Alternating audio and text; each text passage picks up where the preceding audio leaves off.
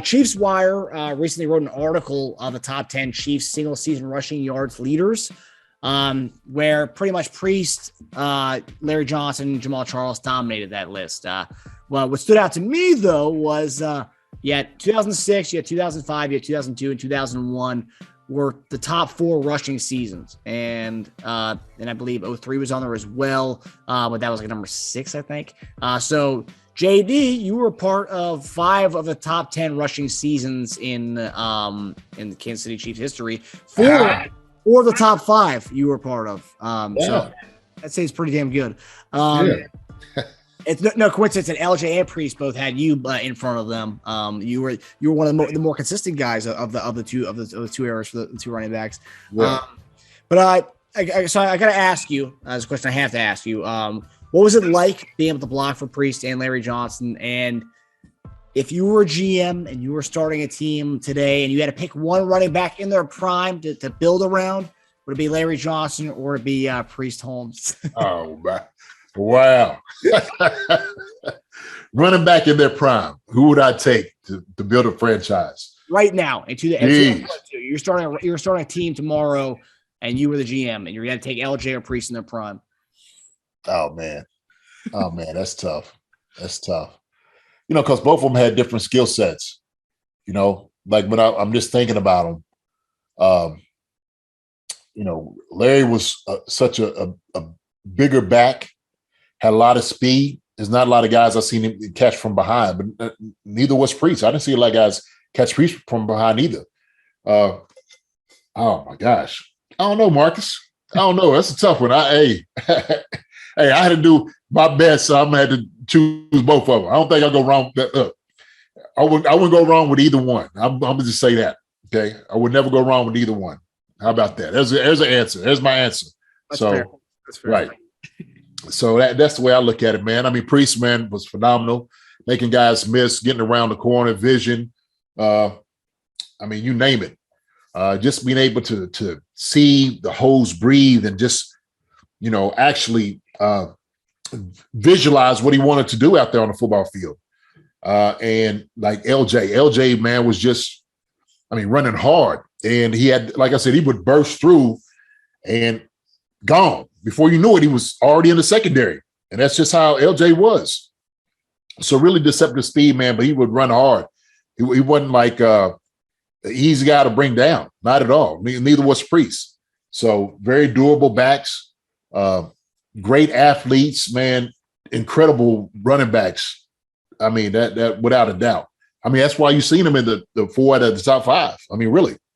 So I tell you what, I picked both of them up a whole lot. Let me put it that way.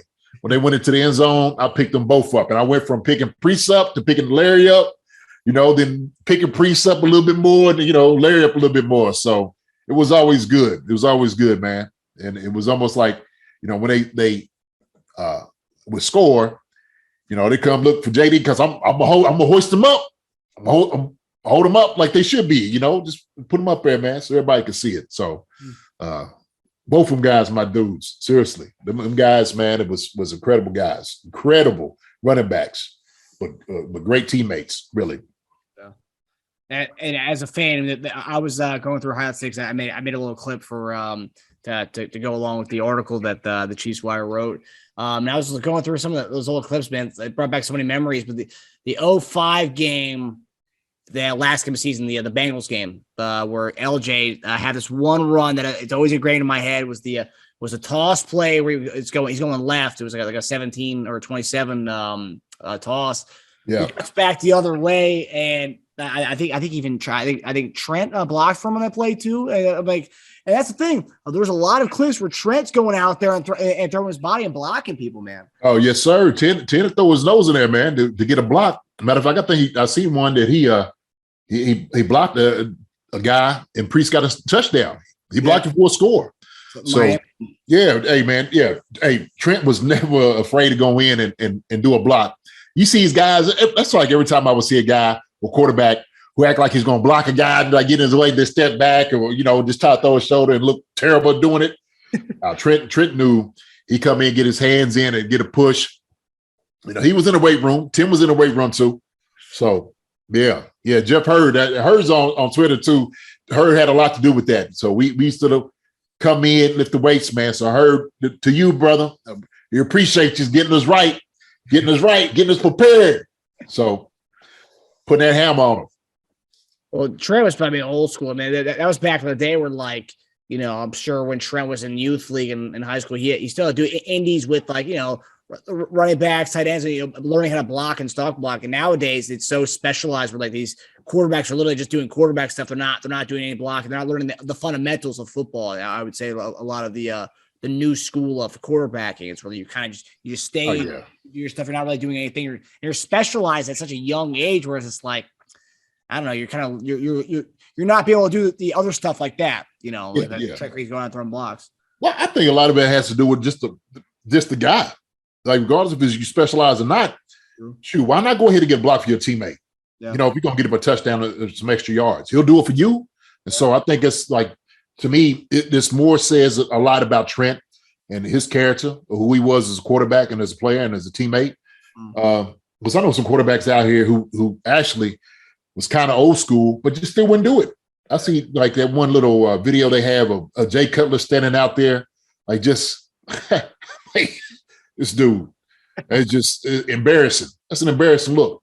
So I just, you know, that's more indication, like I said, of Trent doing his job. But man, those guys were incredible. Priest and Larry were great. So my answer is a really balanced, measured, straight up answer. I wouldn't go wrong with either one of them. So I could take either one. I'll be good. Yeah, no, 100%. You're a teammate. So you can't pick one or the other. You can't do that. Can't do it. No, it's not cool. Not cool, Marcus. Hey, cool, man. You set me up, brother. Hey, I was saying, if you'd answer it and you went with what I thought you'd go, you'd say both of them. You can start a franchise with either one of them. Yeah. But hey, I mean, it was tough for the Chiefs. I mean, it was the 06 year was we didn't know if Priest was going to come back or not. I think that was the hard knock season. Yeah, I think so. Yeah, it was. Yeah, and we didn't move off Priest. We kept Priest around. LJ, it was the holdout year where LJ was holding out. We kept Priest around, and you know the Chiefs couldn't even answer that question. Right. Yeah.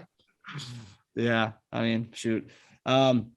I will say though, yeah, man, both those guys from my childhood, just seeing both those guys, you know. But in doing the research today, I learned that we were actually the first Thursday night football game, and actually, LJ had a touchdown that game, and you held him up in the first Thursday night game in NFL history. You were the first. I think I don't know how other people have done it, but you were the first to ever hold up somebody in the end zone on a Thursday night. Oh, okay. That's something. Hey, look, we get stats on whatever. You know, this day and age, man, they got stats and first for everything, don't they? You know. Yeah, that's. I don't think I didn't say it in a stat book, but just do my research today. That was the first Thursday night game. You were the only one to hold up somebody in the game. You were the first one ever to do it on a Thursday night football game. So, there you go. Hats off to you, buddy. There's your boy. Look at your boy, man. But okay, that's so good. That's Jay's gonna pick LJ and Priest. So that's that. There you have it. So there you have it. Hi, everybody. Thanks for watching. Subscribe here to get the latest from the show. Also, be sure to check out the best clips from Chief Concerns. And if you prefer to listen to the show, subscribe and follow us on Apple Podcasts, Spotify, and anywhere else you get podcasts.